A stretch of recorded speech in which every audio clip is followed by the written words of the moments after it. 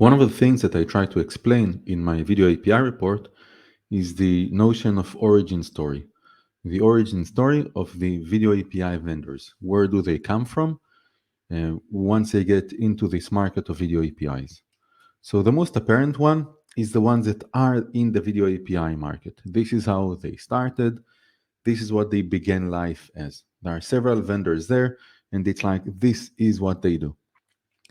Then you started seeing other types of vendors. These are voice API vendors, CPaaS, communication platform as a service vendors that offer voice and SMS, that decided one day that they want to also introduce video and support video APIs within their platform.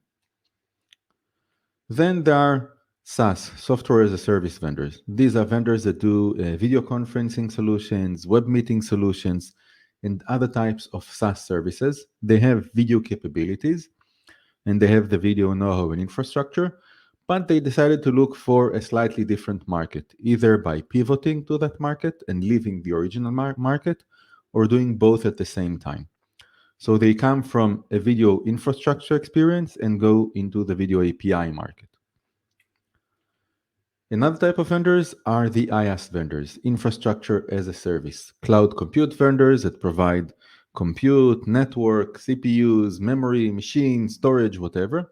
And they decide one day that doing video is also interesting enough to offer that as a service to their customers and not only the infrastructure for building such services.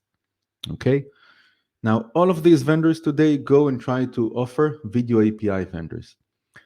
Whoever you go and choose out of these types of vendors with their own origin stories will also indicate what kind of capabilities you're going to get, what is the business model going to be, and what their focus is. Deciding which to choose is rather important. Now, interestingly, the numbers that I've placed here are the number of vendors of each type that are covered within the report itself. Some of them come from two different origin stories. For example, a voice API vendor or a SaaS vendor that decided to acquire another video API vendor.